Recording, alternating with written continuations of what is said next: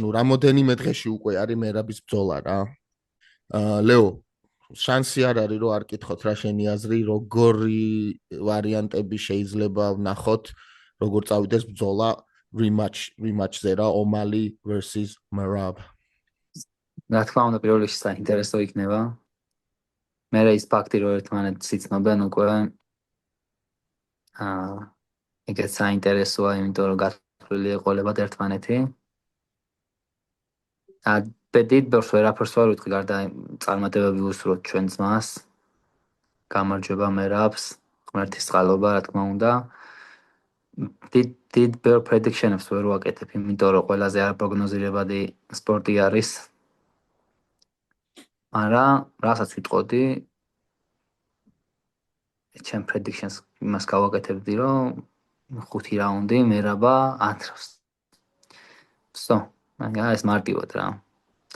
მერაბი ახლა რისკზე წასვლა არ უყარს, რაღაც დააფინიშოს ან რაღაცა ემოციურად გაეკიდოს და რამე გაატაროს. ეგეთ რამეს ვერ წარმოვიდგენ, არ ვფიქრობ. მგონია რომ ისე ჭკვიანურად გააცლის ყველაფერს რა და დაიმატებს ერთ თვალს კიდე კამარს. ამინ. მეორე ბრძოლაც არის ძალიან დიდი ბრძოლა არის ესეც რა ჩვენთვის რა, ილია თოფურია versus Charles Oliveira და მაგ ბრძოლაზე რას ფიქრობ? მაგ ბრძოლაზე ეხა ილიას ყველაფერი აქვს.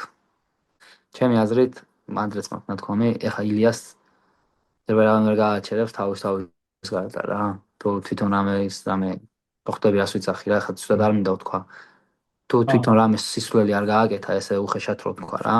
თვითონ არ მგონია რომ ვინმე გააჩეროს რა.